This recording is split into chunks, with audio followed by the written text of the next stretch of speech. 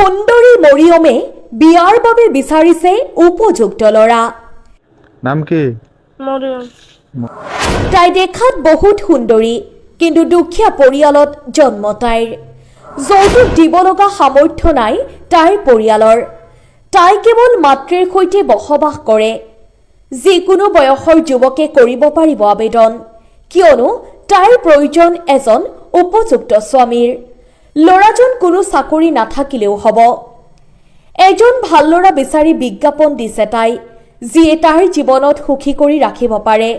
ছোৱালীজনী যদি আপোনাৰ পচন্দ হয় তেন্তে আপুনিও কৰিব পাৰে আবেদন। কেৱল আপোনাৰ মনৰ কথা প্ৰকাশ কৰক কমেণ্টত।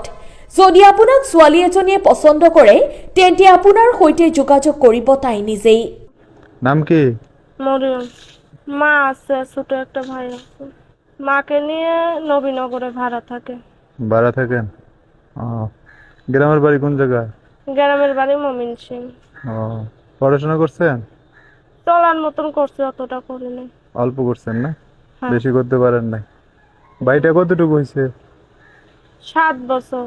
7 বছর হয়েছে। আপনি বিয়ে শাদী করেন নাই? বিয়ে শাদী করি নাই, যৌতুকের লিগে বিয়ে শাদী করে না কেউ।